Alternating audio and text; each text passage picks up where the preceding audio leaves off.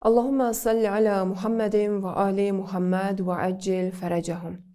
Bağışlayan və mehriban Allahın adı ilə salamlayıram hər birinizi dəyərli tamaşaçılar.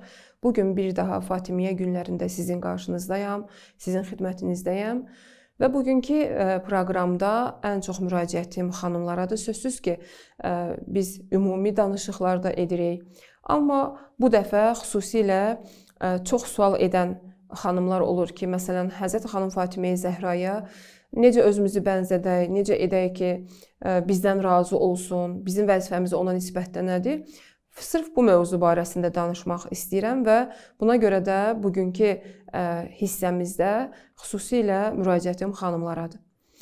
Baxın, xanım Fatimiyyə Zəhranın sevmək iddiasında olan, ona bənzəmək, onun qəlbini razı salmaq iddiasında olan şəxs və kəs əgər xanımdırsa, ən birinci növbədə sözsüz ki, öz iffətinə və həyasına diqqət yetirməlidir. İffət və həya bəhsində biz ümumiyyətlə çox məsələlərə, mətləblərə toxuna bilərik.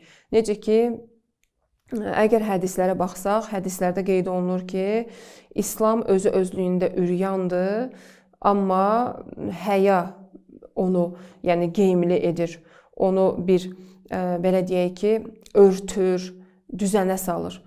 Və əgər istəsək ki, qadın bəhsində sözsüz ki, danışaq və daha çox xanım Zəhraya bənzəmək məsələsində nə edə bilərik deyə danışaq, müzakirə edək, ən birinci həya məsələsinə biz diqqət yetirməliyik və həya məsələsinə də müraciət etdiyimiz zaman sözsüz ki, hicab bəhsi irəli gəlir.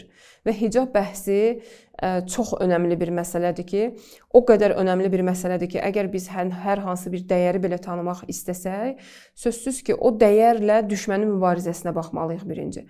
Bugün dünyada biz baxırıq ki, düşmən bütün silahlarını döndərib bizim dünyadakı müsəlman qadınlarına tərəf və müsəlman qadınlarından həyanı, iffəti və hicabı almaq istəyir ən başda və hicabı almaq üçün də müxtəlif sözlərdən istifadə edirlər, hilələrdən, planlardan istifadə edirlər. Amma müsəlman qadını ən birinci riayət etməli olduğu şey məhz onun hicabı və geyim məsələsidir. Amma hicabı bir çoxları düz başa düşmürlər. Mən istəyirəm bugün həqiqi hicabdan danışım və bu bəhsi istəyirəm ki, xanımlarımıza çatdırım ki, bilsinlər ki, Həzrəti Zəhraya bənzəmək üçün ilk növbədə hansı addımları atmalıdırlar. Əvvəl sözsüz ki, niyyətdir və qəsd və hədəf. Və daha sonra ilk addım atmaq istəyiriksə, birinci hicabımızda düzəliş etməliyik. Və hicab dedikdə isə hicabın öz həqiqəti barəsində danışmaq lazımdır. Sözsüz ki, danışanlar çoxdur, bu məsələləri çatdıranlar çoxdur. Amma qısaca istəyirəm sözün əsl mənasında hicabın nə olduğunu çatdırım.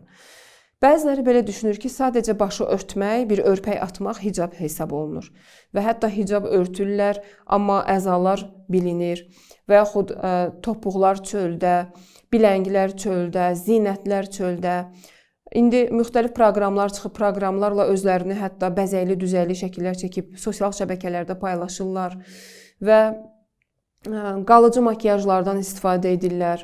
Bundan əlavə gündəlik məsələn çölə çıxanda bəzək düzəkdə makiyajdan istifadə edirlər ki, qeyd edim ki, bu İslamın bizə buyurduğu, sifariş etdiyi hicab deyil.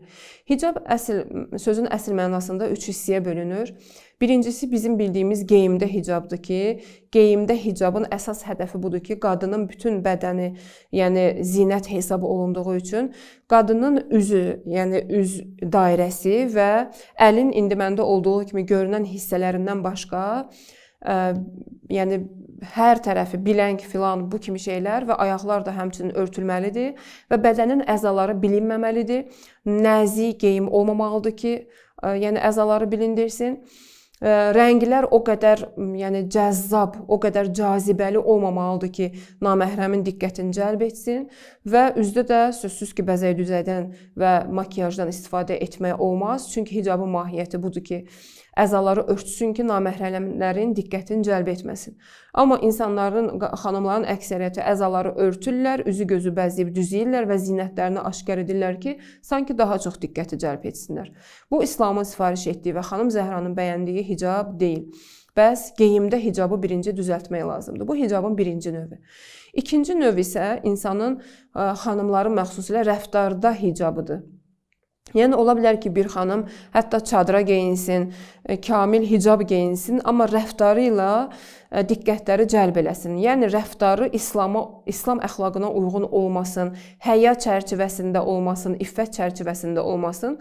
Məsələn, naməhrəmlərlə demək, gülmək, zarafatlaşmaq kimi bəzi məsələlər ki, bu da rəftara aiddir.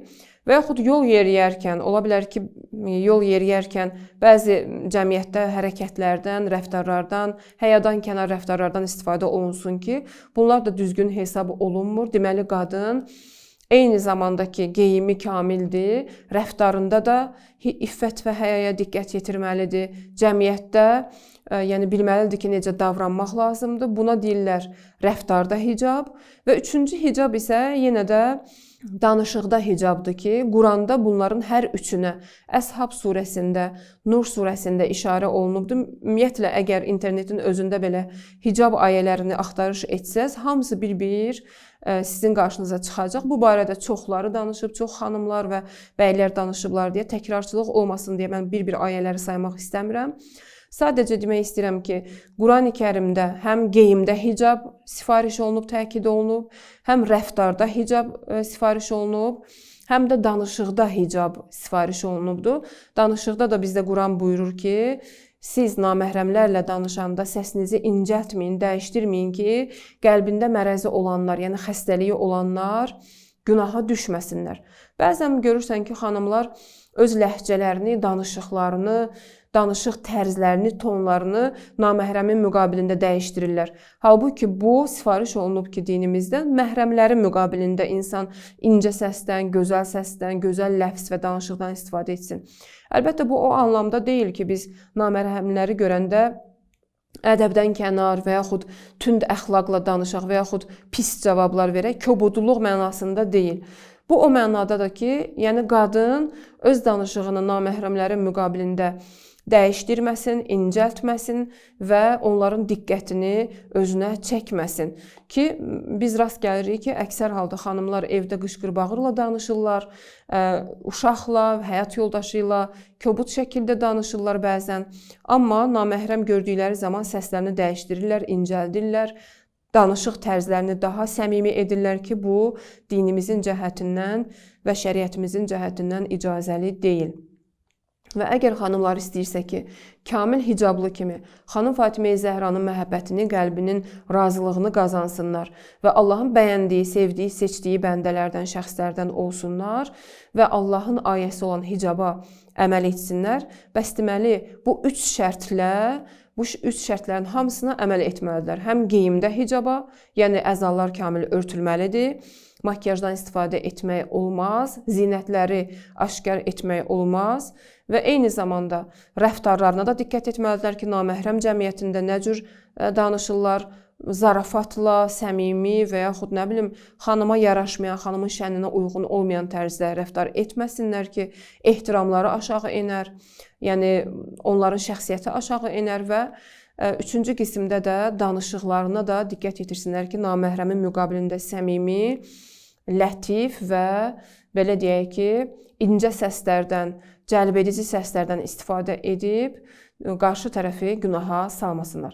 Əlbəttə, yəni bəylər barəsində də sözsüz ki, bəzi hicablar, pərdələr var ki, bunlar artıq bəllidir, amma mövzumuz xanım Fatimə Zəhra olduğuna görə xanım Fatimə Zəhranın ardıcılları üçün və xanım Zəhranın yolunu getmək istəyənlər üçün bugün bəhsimizi sırf hicaba ayırdıq. Bugünlük sizi Allaha əmanət edirəm. İnşallah ki, Allah sizi dinin ayinlərini icra etməkdə müvəffəq etsin. Gələn dəfə görüşmək ümidi ilə sağ olun, salamat qalın.